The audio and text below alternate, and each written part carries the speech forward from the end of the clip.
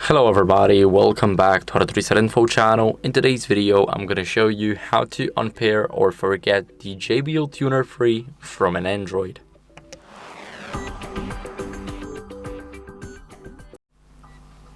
So first, what we want to do is we want to go over into the settings on our Android device. Now let's go over to Bluetooth, and as you guys can see, we are connected to our JBL Tuner free. It's in use.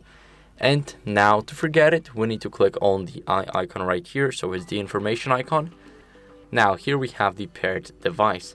Now we can click on disconnect, but it won't forget it. We need to click on unpair.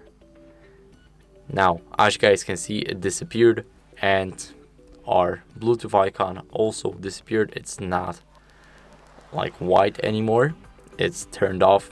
And if we want to pair it again, we just click on the icon here. It's going to go into the pairing mode and it will appear right here. So this is how you guys can easily pair it.